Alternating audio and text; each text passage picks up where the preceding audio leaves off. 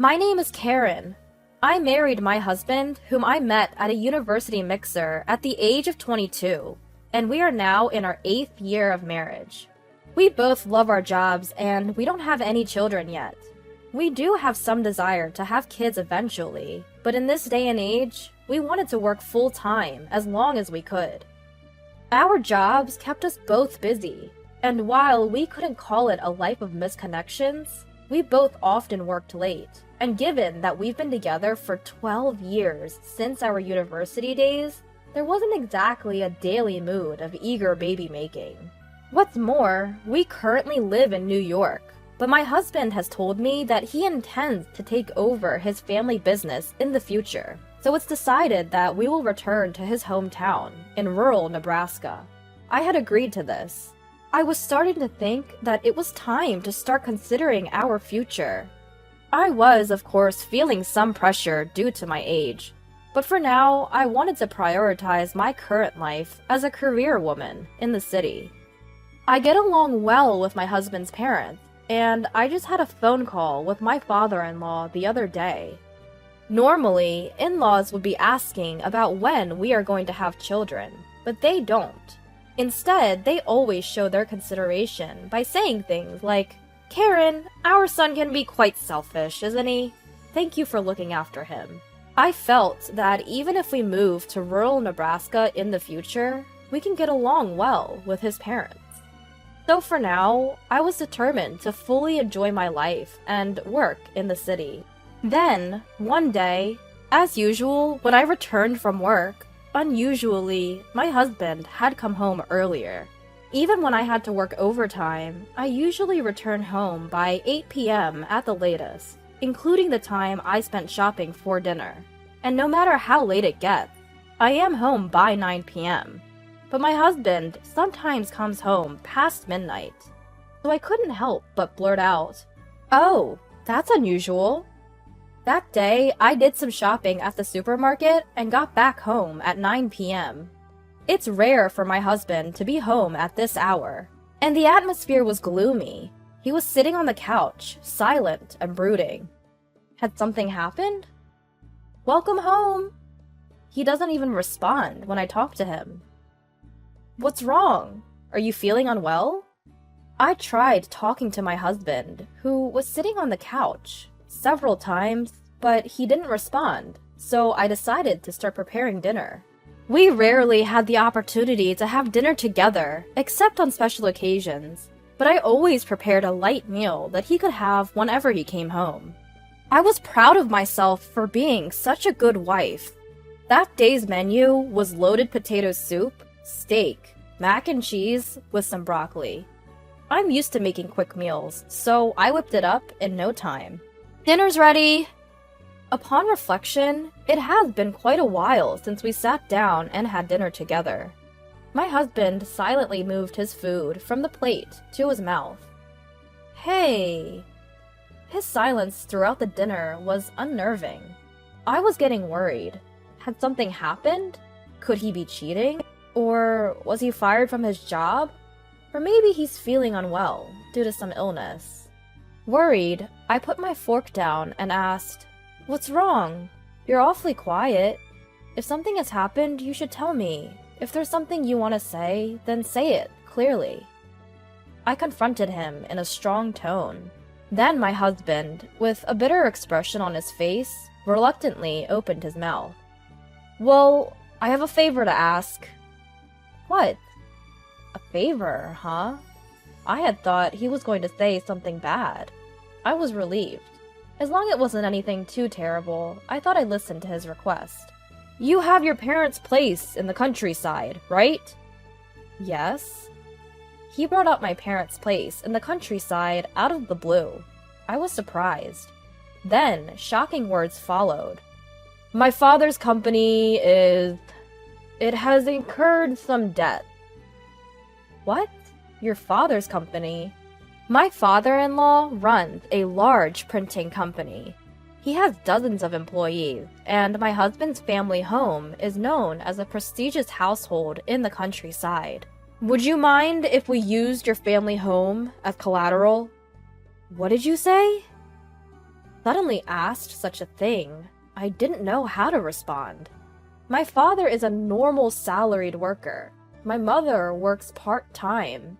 My sister is working as a nurse in a local hospital, and somehow the three of them are making ends meet modestly.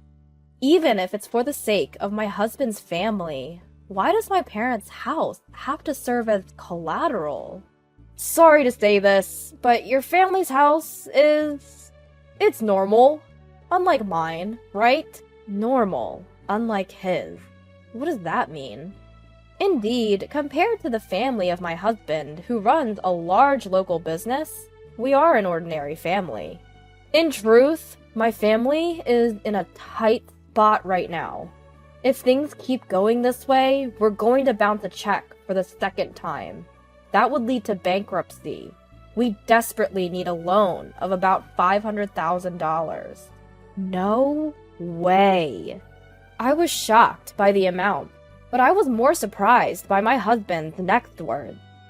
We come from a special family that runs a business, but your family is just the typical one, after all.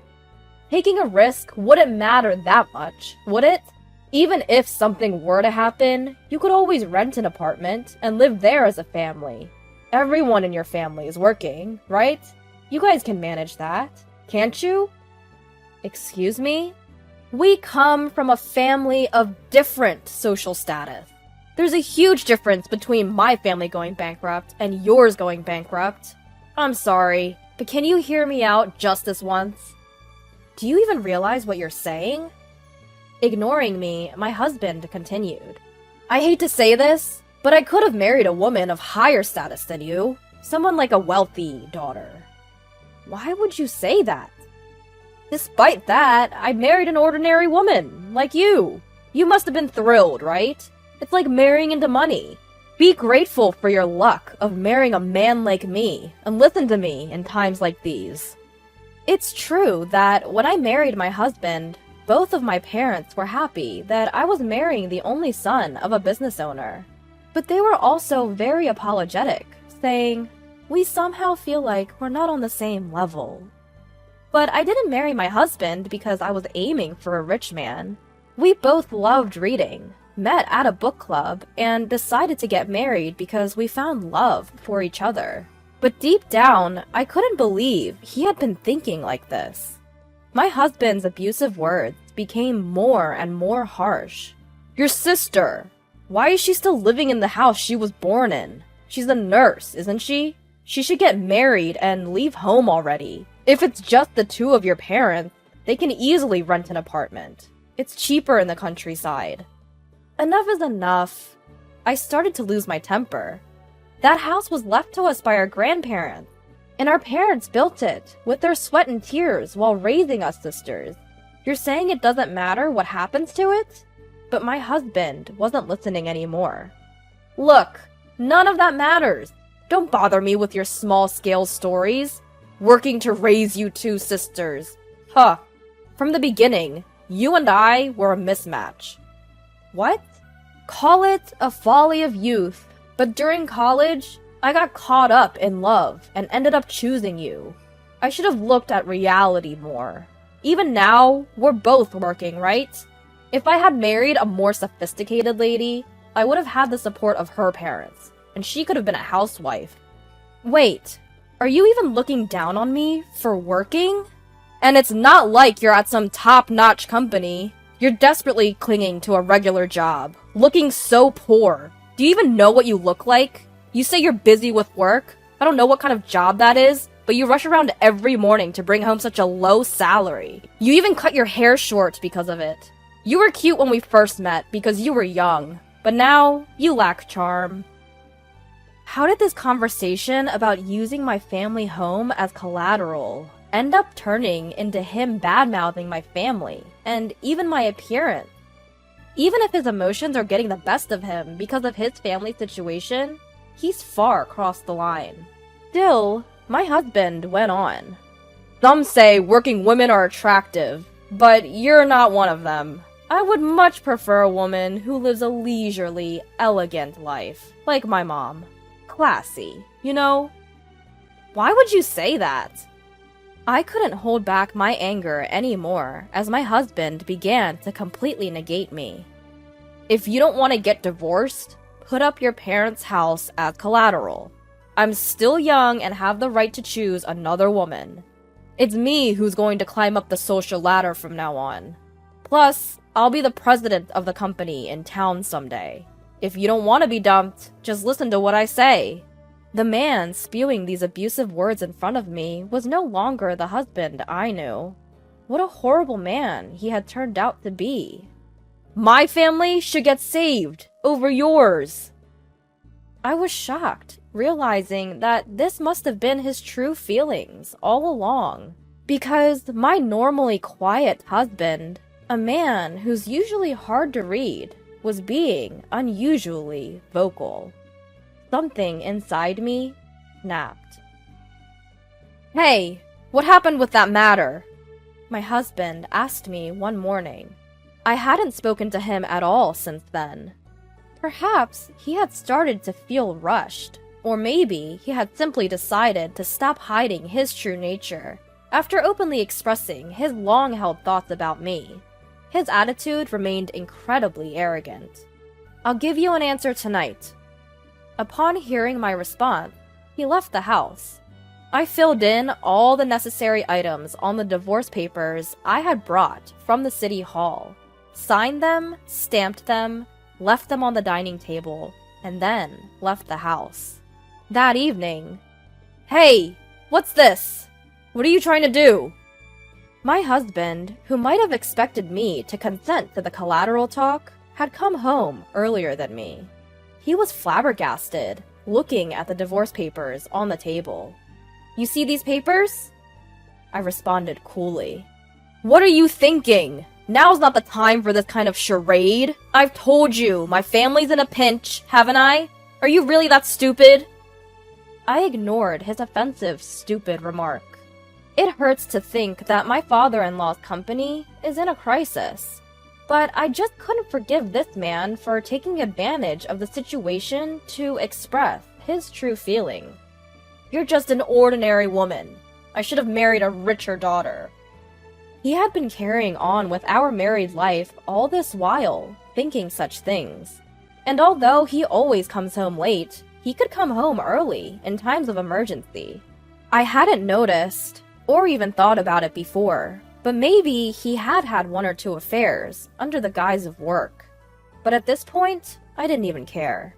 Once I realized that he had been looking down on me and my family all along, there was no way we could continue our marriage.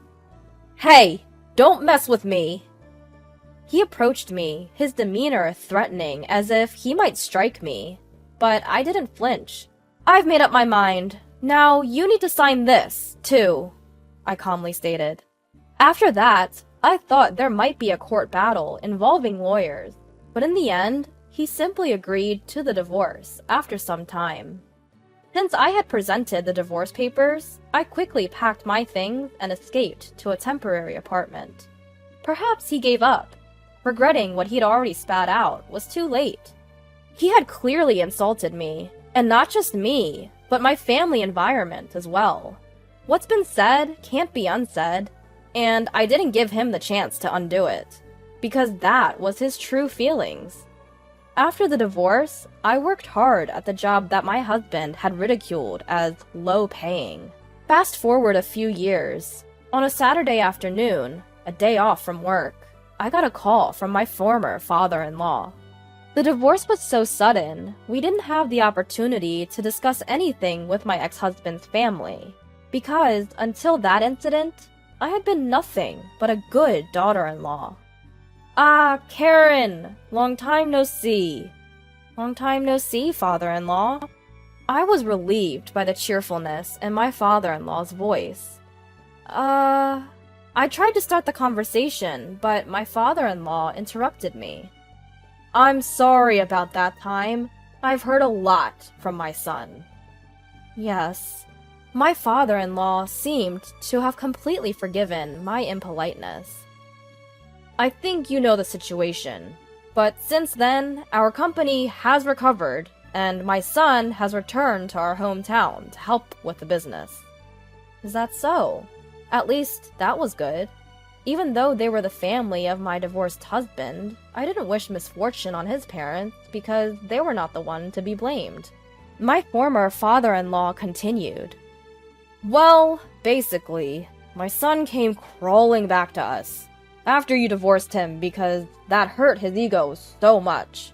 And, well, you might not be interested, but I wanted to talk about our son. Yes? I had no choice but to listen, since I couldn't just hang up the phone. Since that time, he's been really down in the dumps. He's simply unmanageable. Really.